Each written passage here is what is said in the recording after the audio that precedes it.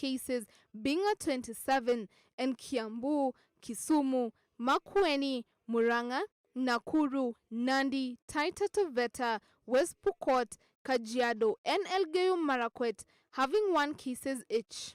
The United States of America remains as the leading country in terms of high numbers of COVID-19 positive cases, standing at 33 million positive cases, with India reporting a total of 3 million new coronavirus infections in the last 24 hours, taking the tally to 2,046,000, according to data from the Union Health Ministry, with as many as 4,000 patients dying due to complications linked to coronavirus infections.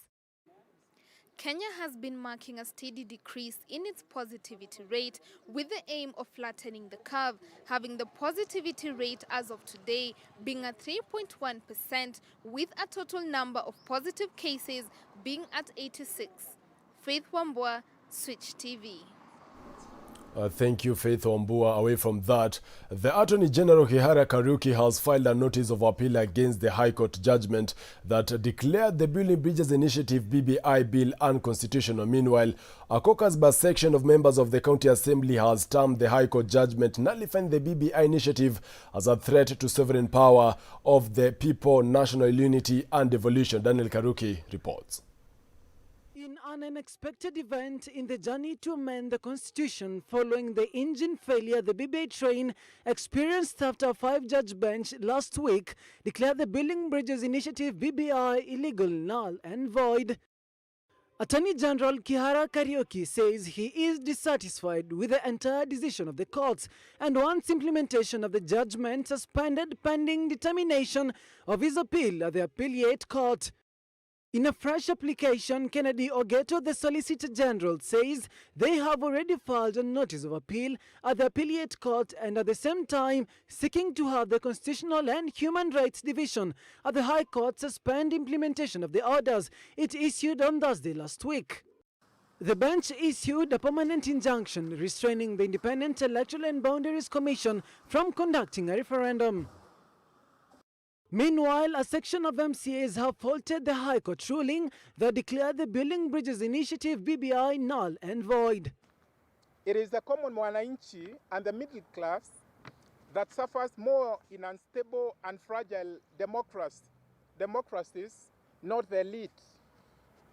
Fast forward, on 24th May 2018, His Excellency the President, exercising his constitutional duty in Article 132, Section 2.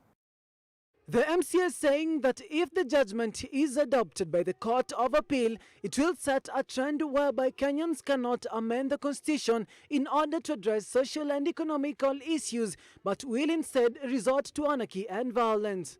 The BBI 1 and 2 committees are unconstitutional and illegal. This takes away the express constitutional duty of the President in Article 132 to promote and enhance national unity, and therefore Kenyans have to resort to whatever means available to them, from experience, hook or crook, to resolve their issues.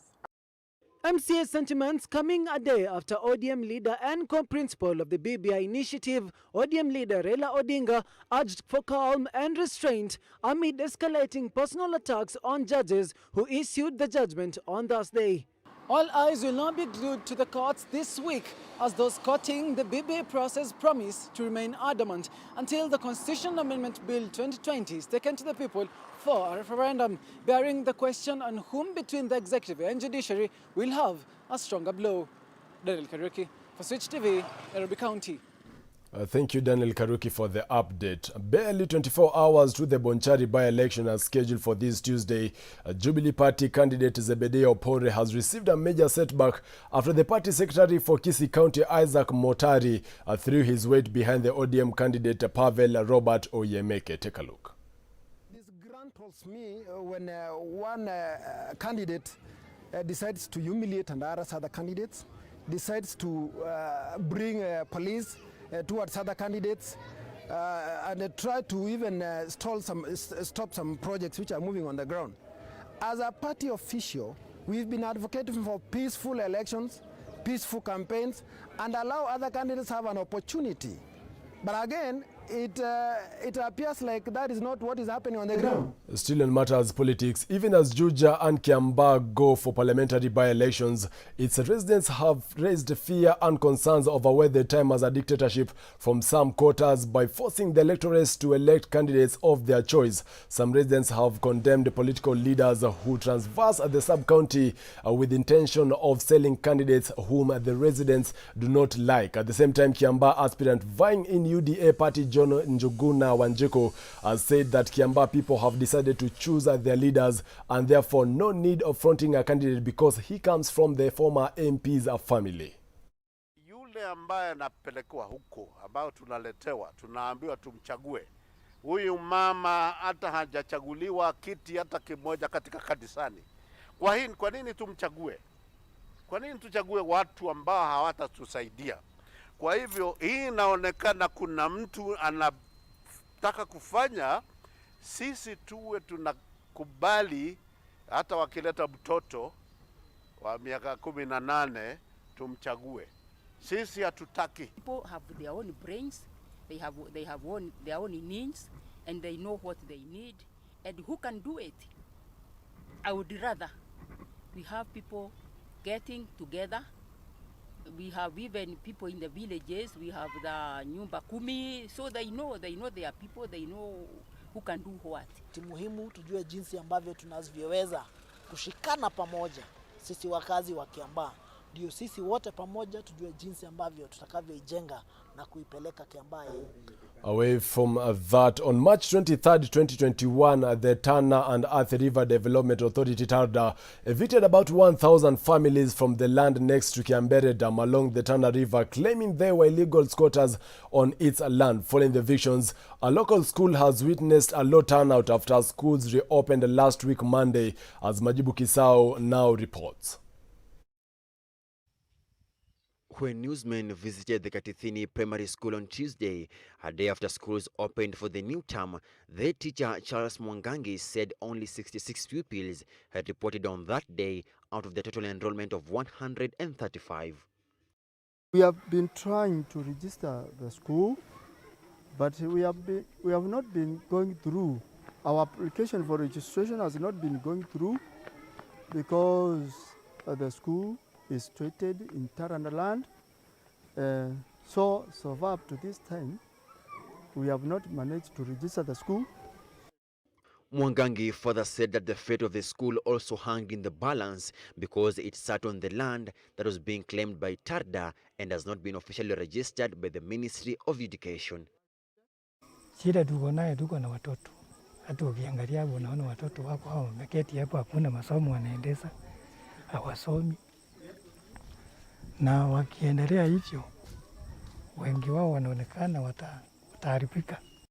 He, however, said consultation was on the course with education authorities to find a way on the future of the school.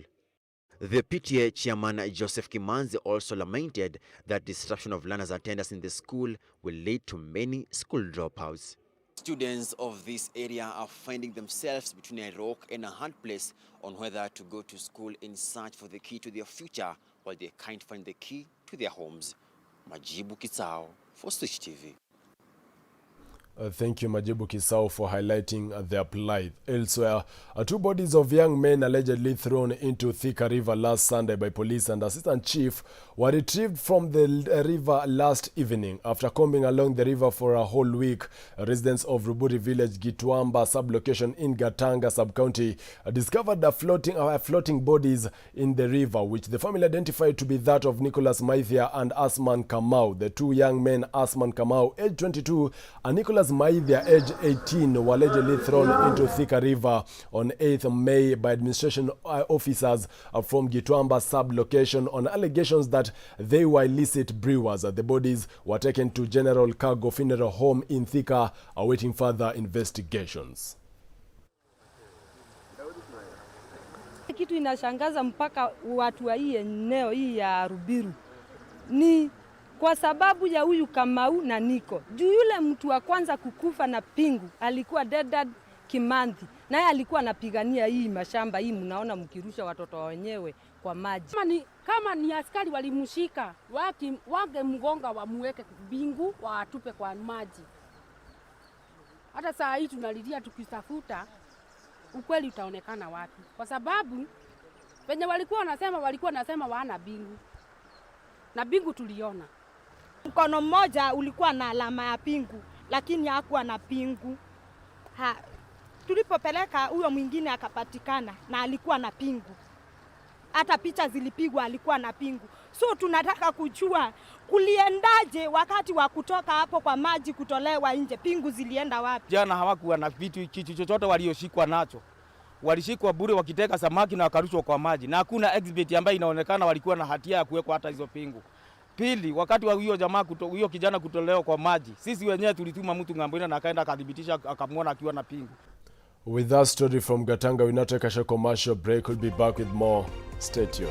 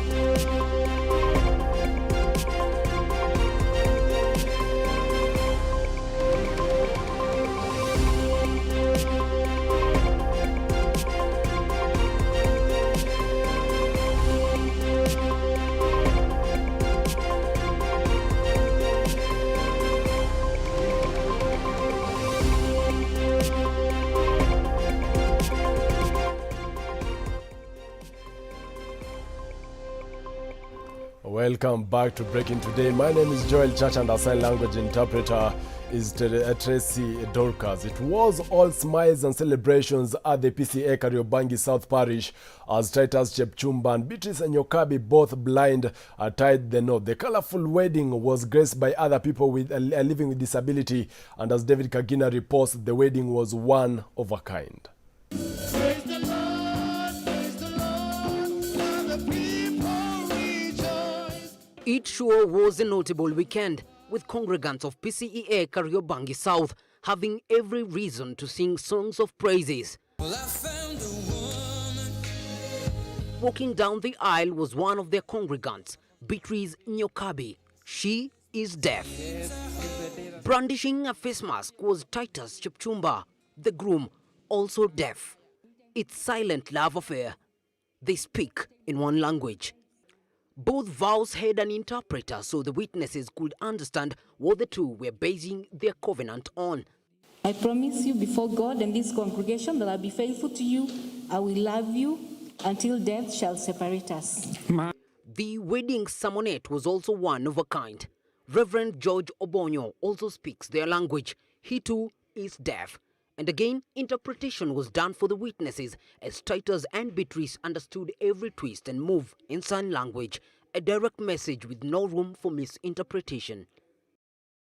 People living with disability felt fully represented, and the story of Titus and Beatrice was a pure source of inspiration. We are glad for them to become a couple so that they show the world that they can also make it in this life. It has been a journey for these two since their childhood, and also when they joined this church, they have really been an encouragement to many people in this congregation and also to the deaf community aloud. The church has embraced the deaf for 10 years now, and for the two to tie the knot, here they felt at home. According to the holy books and precisely the Bible, he who finds a wife finds a good thing and obtains favor from the Lord, as is the case for Titus and Beatrice, who defied all odds and are now happily married. David Kagina, Switch TV, Nairobi. Thank you, David Kagina. Now, after the demise of Sudan, which is the last male white rhino in 2018, the future of the northern white rhino looked bleak, but now scientists have outlandish plans to save the only two and the only one remaining, Najin and Fatu, both are female. Robert Ouma finds the following story on the steps being taken by the conservatists to protect the two precious descendants of Sudan. The last two northern white rhinoceros remaining in the wild are living under constant protection in Kenya's Old Peteja Conservancy. The two female rhinos, Najin and Fatu, were raised at a zoo in Czech Republic, where they were fed human food such as bananas and bread. In December 2019, they were sent to Kenya in order to help them gradually adapt to the wild. At the present, they already learn how to forage in the wild by themselves, according to Zakaria Mutai, the head caretaker at the Conservancy. In order to protect the last two northern white rhinoceros from poachers, they are taken from the wild back to the camp by rangers every night. The camp is surrounded by barbed wire fence to keep them from staying at night. Armed guards also keep eye on them 24 hours a day. Before releasing them in the morning, the caretakers check their physical health. Northern white rhino were once abundant across Central Africa, but the staggering rates of illegal hunting for their horns have already led to animals' almost certain extinction in the wild.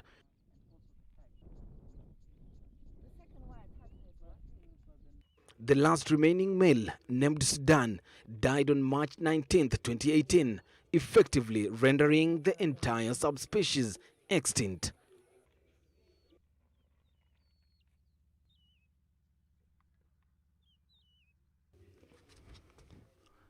Robert Ouma, Switch TV News. Away from that, the emotional well-being of a person is just as important as their physical health.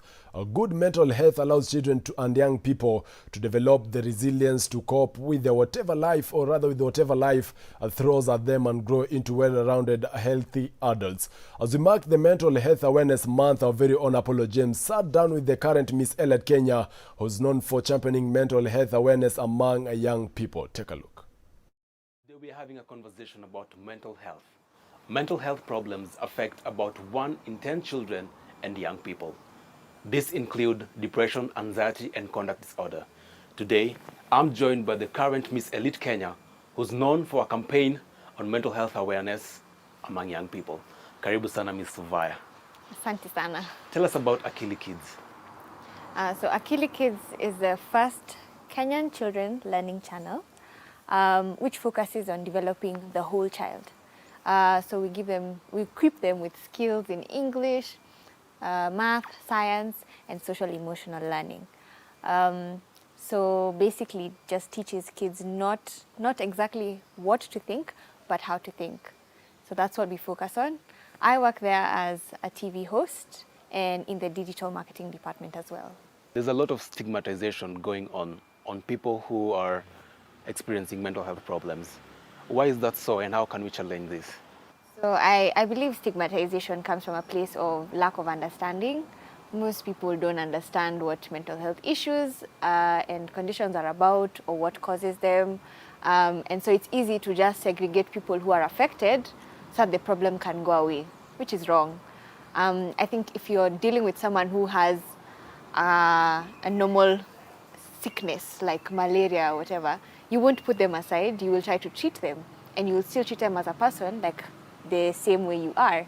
So to tackle that stigma, you just need to look at this person as a human being just like you.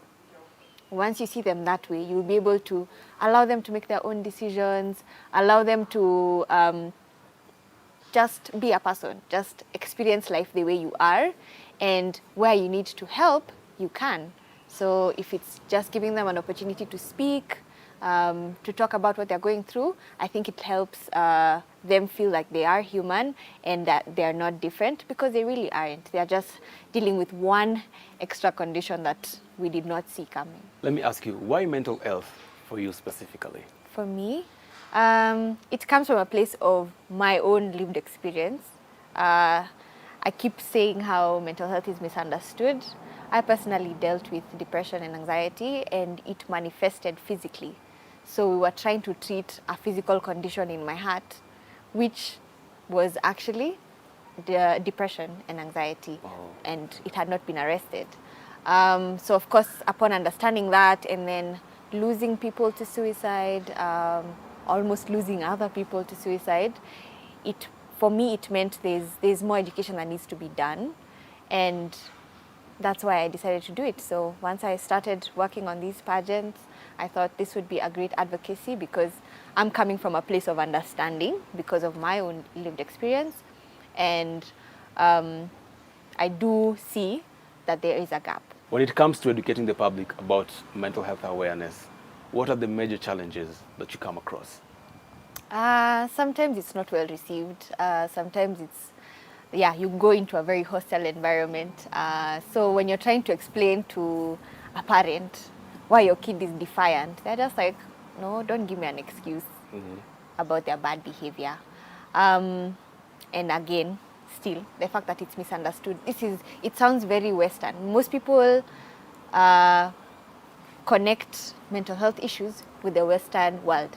So they say it's not African. So you have to, break that barrier that we have created and then have the conversation. So it's been a learning process. The challenges will always be there.